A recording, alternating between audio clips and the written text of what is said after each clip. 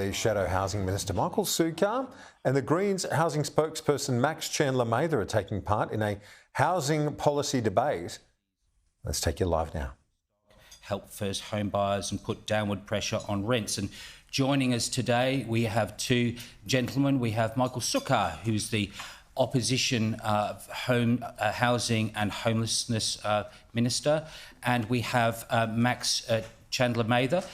He is the Greens spokesman on housing and homelessness. So, Max, Michael, thank you for joining us. Thanks, let it be made clear that we did also ask Claire O'Neill to be with us today, but she declined. Now, here are the rules agreed to by both parties. Each will give opening statements of 6 minutes. In answer to questions put to Michael and Max jointly, each speaker will have 2 minutes to respond. In answer to a question put to one speaker, the other can have a response, but the initial response will be also 2 minutes. Halfway through, each participant will be given the opportunity to ask a question of the other speaker. We hope that's some sparky TV. Let me tell you. We'll be running a time clock, and a warning bell will alert speakers that they're 20 seconds from time being up. By mutual consent, Michael Sukkar will speak first. Well, Andrew, thank you very much for the invitation, and to, of course, the Press Club for everybody being gathered here today on what is going to be an extraordinarily important issue, not just for the next election, but for our generation. And if there's one message I want Australians to take away from today, it's that the Coalition will not accept a situation where a generation of Australians do not have the same opportunities for home ownership that previous generations have enjoyed. But this Labor government is failing those very Australians. Not enough houses are being built, with falling completions, approvals and first home buyers over the past 2.5 years.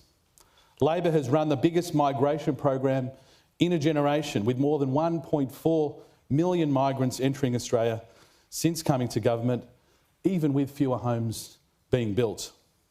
The deposit hurdle is too high, with Labor trenchantly standing in the way of first home buyers having access to part of their own superannuation savings for a first home deposit.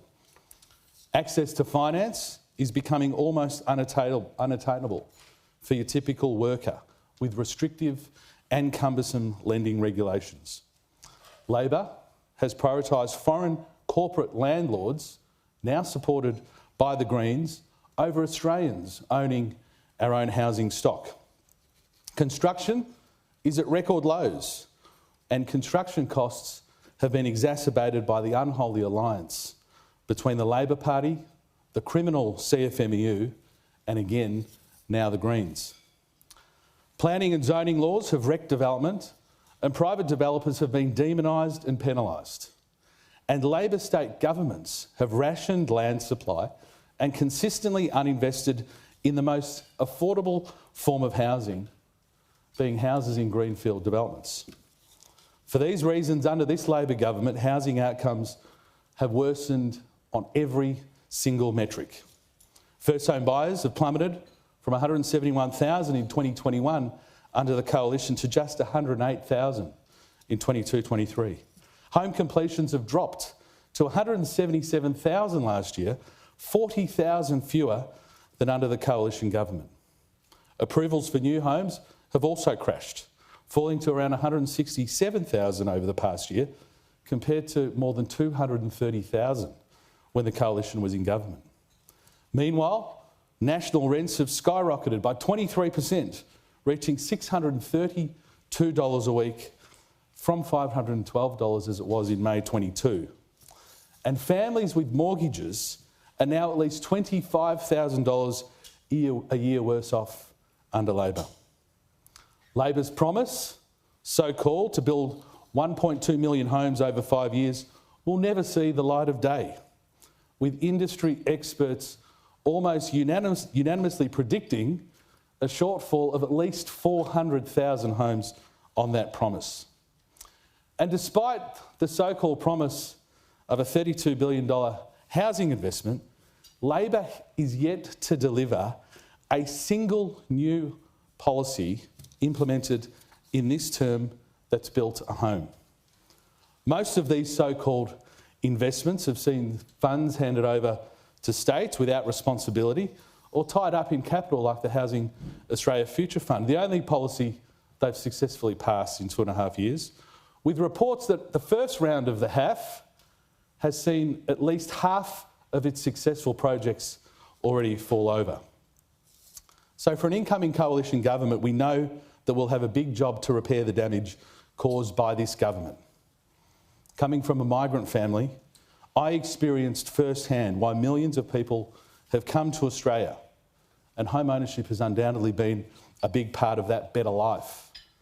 But migration needs to be planned, which is why the Coalition has proposed several measures to free up more than 100,000 homes in the next 5 years.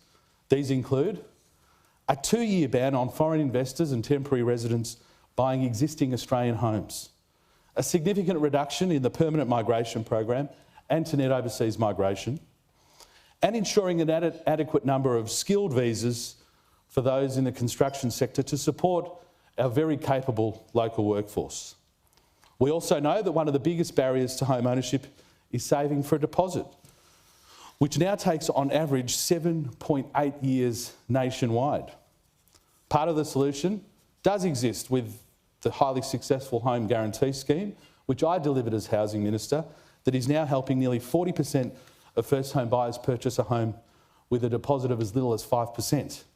The other crucial part of the solution is our super home buyer scheme, allowing first home buyers and separated women to use up to $50,000 of their own superannuation savings for a home deposit.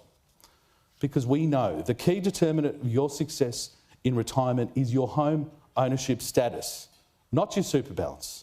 So having access to your super when you need it and returning it to super once you've sold your home is undoubtedly the best of both worlds.